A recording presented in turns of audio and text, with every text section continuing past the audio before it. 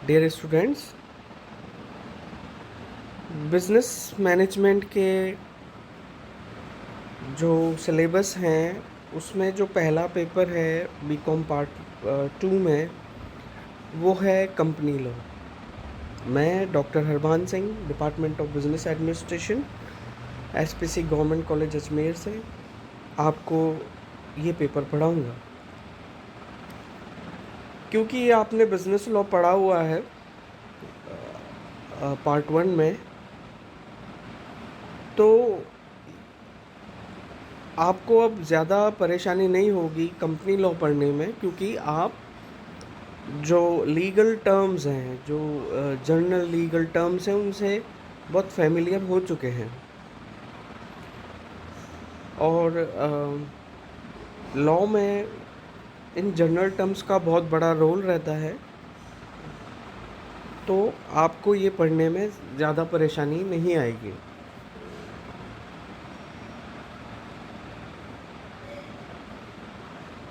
Company law start करने से पहले मैं एक प्रस्तावना आपके सामने रखूँगा कि जो कंपनी लॉ है वो हमारे इंडियन सेटअप में जितनी भी कंपनीज़ हैं, जितनी भी टाइप की कंपनीज़ हैं, उनको रेगुलेट करने के लिए बनाया गया है। क्योंकि कंपनी अपने स्वयं के गुण लेकर चलती है, इसलिए उनको गवर्न करने वाली जो गाइडलाइंस हैं, जो रूल्स रेगुलेशन और गाइडलाइंस हैं, वो भी अलग तरह की होती हैं। अभी तक हम स्पेशली आफ्टर इंडिपेंडेंस, अभी तक हम द कंपनीज एक्ट 1956 को फॉलो करते थे, लेकिन आफ्टर 2013 हम फॉलो करते हैं the company law 2013।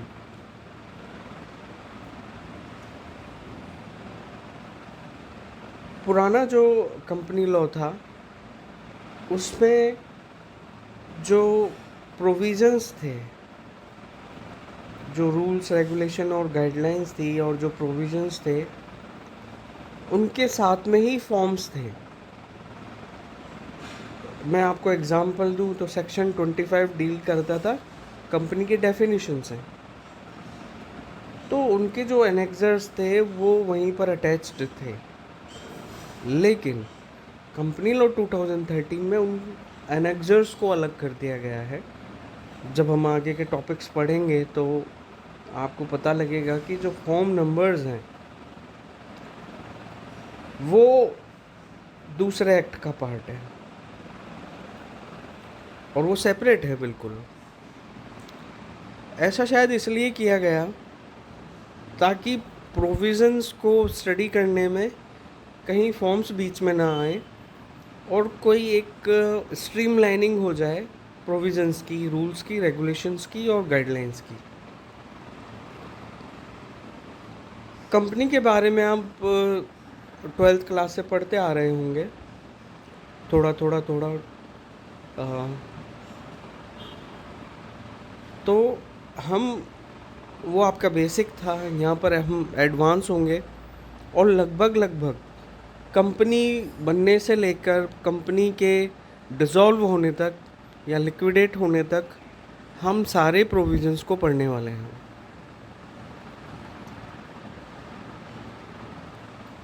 Company provisions को पढ़ने के लिए बेयर एक्ट बहुत इम्पोर्टेंट होता है, लेकिन क्योंकि वो स्कैटर्ड होता है अलग अलग चैप्टर्स में, उसका चैप्टराइजेशन और आपके सिलेबस का जो चैप्टराइजेशन रहता है वो थोड़ा सा डिफरेंट रहता है। चीज़ें वही की वही रहती हैं, कंटेंट्स बिल्कुल सेम रहते हैं, लेकिन इसके लिए टेक्स्ट बुक होना ज़रूरी है। तो एमडीएस यूनिवर्सिटी का जो सिलेबस है उसके अकॉर्डिंग एक बुक चलती है company law doctor R L Naulakha की, वो सफिशिएंट रहेगी। और उसमें जो पुराना एडिशन है वो नहीं चलेगा, क्योंकि कुछ ना कुछ चेंजेस वो लोग बेयर एक्ट में इनकॉर्पोरेट करते रहते हैं। अकॉर्डिंगली बुक में भी चेंज होता ही है, तो आप वो बुक ले सकते हैं। यदि आपके पास कंपनी लॉ की कोई दूसरी बुक है तो, लेकिन होना वो 2013 का ही चाहिए, पुराना नहीं होगा, क्योंकि उसमें जो सेक्शन नंबर्स हैं वो डिफ़र कर जाएंगे। तो इस छोटी सी प्रस्तावना के साथ में हम स्टार्ट करते हैं कंपनी लॉ, कंपनी अधिनियम 2013। कंपनीज पुराने समय से बनती आ रही हैं, और हमारे यहाँ जब ब्रिटिशर्स आए तो royal charter company, east India company बनी,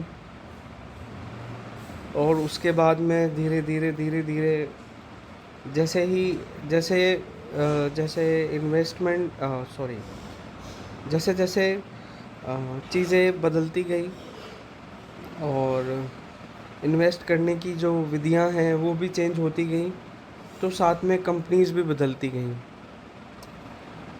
और भारतीय परिवेश में अगर देखें तो हमने पहला एक्ट देखा था कंपनीज के बारे में, जॉइंट स्टॉक कंपनीज एक्ट 1850, और उसके बाद में इंग्लिश कंपनीज एक्ट आया 1856 में। फिर जॉइंट स्टॉक कंपनीज एक्ट वापस रिपीट होता है 1857 के रूप में, कुछ अमेंडमेंट्स के साथ में। और आफ्टर इंडिपेंडेंस हमारा पहला एक्ट था द कंपनीज एक्ट 1956। उसके बाद में, क्योंकि समयानुसार बहुत सारे चेंजेस होते हैं, जो कंपनी है उनके रूप प्रतिरूप में बदलाव होता है, कुछ वो गुण धारण करते हैं, कुछ गुणों को वो अलग छोड़ देते हैं। यहाँ पे गुणों से मतलब मेरा कैरेक्टरिस्टिक्स से है। तो उन कैरेक्टरिस्टिक्स को जिनको इनकॉर्पोरेट कर लिया गया है उनको इंक्लूड कर लिया जाता है, और जो कंपेटिबल नहीं होते हैं उनको हम रिमूव कर देते हैं। तो कुछ इसी तरह के चेंजेस के साथ में कंपनी अधिनियम 2013 आया, और हम इसके बारे में ही पढ़ेंगे, क्योंकि अभी इंट्रोडक्टरी क्लास है आपकी, तो छोटा सा एक स्नैपशॉट मैं आपको दे देता हूँ। कोई भी कंपनी अधिनियम होता है उसका ऑब्जेक्टिव बिल्कुल क्लियर होता है कि वो जिस परिधि में वो अधिनियम लागू होता है उस परिधि की जो कंपनियां हैं उनको रेगुलेट करना होता है, ताकि उनमें किसी तरह की मल प्रैक्टिस ना हो, मिसमैनेजमेंट ना हो, और जो इन्वेस्टर्स का जो इंटरेस्ट है वो प्रोटेक्ट रहे। इन्हीं उद्देश्यों के साथ में ही कंपनीज एक्ट 2013 आया, और इसका इनेक्टमेंट हुआ 29 अगस्त 2013 में। इसके कंटेंट्स में 29 डिफरेंट चैप्टर्स हैं, 470 सेक्शंस हैं, और 7 स्केड्यूल्स हैं। जो गवर्निंग अथॉरिटी है वो कंपनीज की सेंट्रल गवर्नमेंट ही है, और उस गवर्नमेंट की एक मिनिस्ट्री है जिसको हम शॉर्ट में AMCA भी बोलते हैं, मिनिस्ट्री ऑफ कॉरपोरेट अफेयर्स। ये रेगुलेट करते हैं सारी कंपनीज को थ्रू रजिस्ट्रार्स, जोग्राफिक एरिया के हिसाब से रजिस्ट्रार होते हैं, और वो रजिस्ट्रार कंपनी एक्ट 2013 के अकॉर्डिंग जो प्रोविज़न्स हैं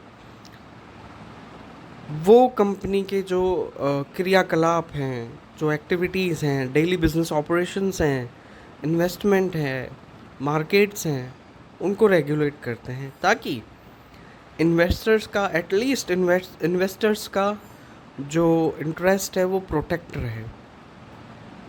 इसके बाद में हम बात कर, ये जो अधिनियम है वो इंक्लूड करता है बहुत सारे कैरेक्टरिस्टिक्स को, लेकिन इसमें डिफरेंशिएटेड क्या है, प्रोमोटर्स को डिफाइन किया गया है। फर्स्ट टाइम 1 पर्सन कंपनी यानी कि ओपीसी, एकल व्यक्ति जो कंपनी है उसको इंक्लूड किया गया है। स्मॉल एसोसिएट और डोरमेंट जो कंपनीज हैं उनको इंक्लूड किया गया है। फॉर्मली कॉरपोरेट सोशल रेस्पॉन्सिबिलिटी को इंट्रोड्यूस किया गया है सेपरेट प्रोविजंस के साथ में। बोर्ड पहले भी इंट्रोड्यूस था, लेकिन अब थोड़ा सही तरीके से बोर्ड को इंट्रोड्यूस किया गया है।